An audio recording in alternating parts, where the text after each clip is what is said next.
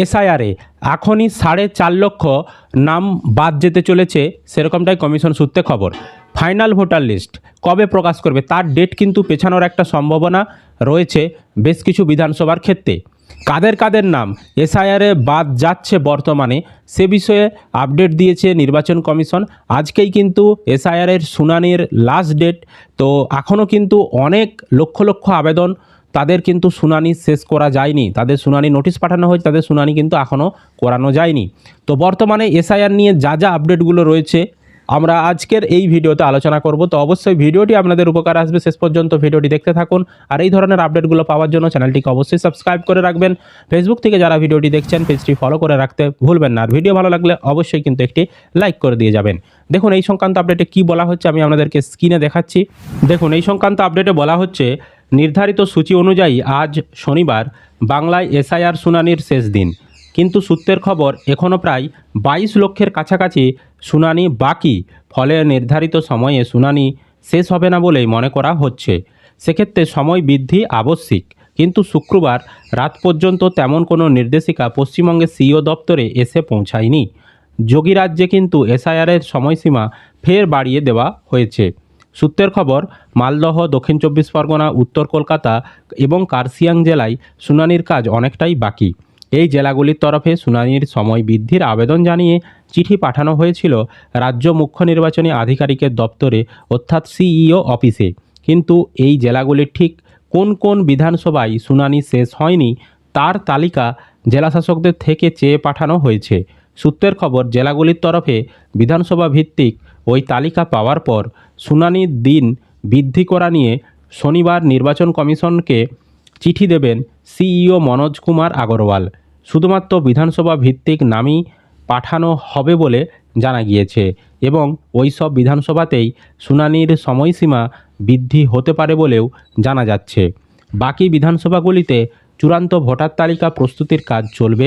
কমিশনের এক আধিকারিক জানাচ্ছেন, নির্ধারিত সূচি অনুযায়ী যাতে 14ই ফেব্রুয়ারি চূড়ান্ত ভোটার তালিকা প্রস্তুত করা যায়, সেজন্যই এই ব্যবস্থা। প্রথম দিকে ধীরগতিতে শুনানি চলার কারণেই গোটা প্রক্রিয়া স্লথ হয়ে পড়েছিল।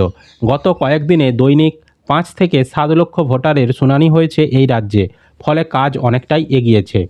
কমিশন সূত্রে জানা গিয়েছে, লজিক্যাল ডিসক্রিপেন্সি এবং আনম্যাপড ভোটার মিলিয়ে মোট 1,51,92,735 জন ভোটারকে শুনানির নোটিশ পাঠানো হয়েছে। তার মধ্যে 1,30 লক্ষের কাছাকাছি শুনানি শেষ। কমিশনের দেওয়া তথ্য অনুযায়ী এখনও 22 লক্ষ শুনানি বাকি। এছাড়া এখনও পর্যন্ত হওয়া শুনানির মধ্যে 80 লক্ষের তথ্য যাচাই সম্ভব হয়েছে, অর্থাৎ যাচাই বাকি প্রায় 72 লক্ষের। আরও জানা যাচ্ছে, সম্পূর্ণ তথ্য আপলোডের কাজও শেষ হয়নি। শুনানি হওয়ার পর আপলোড হয়েছে 80 থেকে 85% নাম। এদিকে কমিশন সমস্ত জেলাগুলিকে আবারও স্পষ্ট করে জানিয়ে দিয়েছে, শুনানিতে ভোটাররা যে নথি জমা দিয়েছেন তা ভুয়ো হলে সংশ্লিষ্ট ভোটারকে জেল ও জরিমানার কোপে পড়তে হবে। ভুয়ো নথি পেলেই জেলাগুলিকে তৎক্ষণাৎ পদক্ষেপেরও নির্দেশ দিয়েছে কমিশন। তবে যে সংখ্যক শুনানি শেষ হয়েছে তাতে দ্বিতীয়বার নোটিশের পরও প্রায় 4.5 লক্ষ ভোটার শুনানিতে উপস্থিত হয়নি। অর্থাৎ এই 4.5 লক্ষ ভোটারের নাম বাদ পড়বে বলেই জানাচ্ছে কমিশন। কেন তাদের নাম বাদ দেওয়া হলো সেই কারণ জানিয়ে তাদের আবারও নোটিশ দেওয়া হবে। সেই সংখ্যাটা আরও কিছুটা বাড়তে পারে বলে মনে করা হচ্ছে। গোটা শুনানি প্রক্রিয়া শেষ হলে সঠিক কতজনের নাম বাদ যাচ্ছে তা জানাতে পারবে কমিশন। তারপর এক দফাতেই ভোটের প্রস্তাব সিইও দপ্তরের। তো 2026 যে বিধানসভা ভোট সেই নিয়েও আপডেট এসেছে। বলা হচ্ছে 2026 সালে বিধানসভা নির্বাচন এক দফাতেই সম্পূর্ণ করতে চাইছে পশ্চিমবঙ্গের মুখ্য নির্বাচনী আধিকারিক সিইও দপ্তর। জাতীয় নির্বাচন কমিশনের কাছে এই মর্মেই তারা প্রস্তাব পাঠাতে চলেছে। তবে রাজ্যে কত দফায় ভোট হবে তা নিয়ে চূড়ান্ত সিদ্ধান্ত নেবে একদম দিল্লির নির্বাচন কমিশন।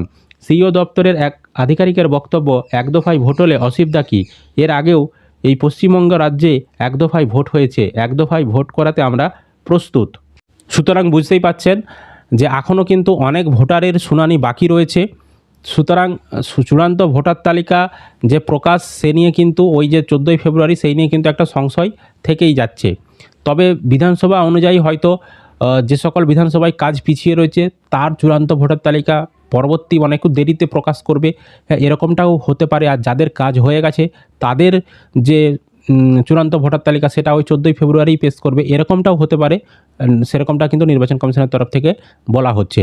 আর এখন পর্যন্ত যা শুনানি হয়েছে তাদের মধ্যে থেকে অনুপস্থিত হয়েছে ওই যে বললাম 4.5 লক্ষ ভোটার, তো তাদের নাম বাদ যাবে সেরকমটাই মনে করছে নির্বাচন কমিশন। তবে ফাইনাল কতজনের নাম বাদ যাচ্ছে সেটা কিন্তু যখন ফাইনাল ভোটার লিস্ট প্রকাশ করবে তখনই কিন্তু জানা যাবে, বা সমস্ত উপভোক্তাদের বা সমস্ত ভোটারদের যখন শুনানি হয়ে যাবে তারপরেই কিন্তু সমস্ত কিছু তখন জানা যাবে। আর যারা ফেক নথি দিচ্ছেন বা ভুল নথি দিচ্ছেন, হ্যাঁ, তারা যদি ধরা পড়েন তাদের কিন্তু জেল জরিমানা পর্যন্ত হতে পারে, সেরকমটাই কিন্তু জানানো হয়েছে নির্বাচন কমিশনের তরফ থেকে। তো এই ছিল বর্তমানে এসআইআর সংক্রান্ত আপডেট। আপনাদের কি মতামত অবশ্যই কমেন্ট করে জানাবেন। আর এই ধরনের আপডেটগুলো পাওয়ার জন্য চ্যানেলটিকে সাবস্ক্রাইব করতে ভুলবেন না। আর ফেসবুক থেকে যারা ভিডিওটি দেখছেন অবশ্যই পেজটি ফলো করে রাখবেন। ইউটিউব থেকে যারা ভিডিওটি দেখছেন চ্যানেলটি সাবস্ক্রাইব করে রাখতে ভুলবেন না।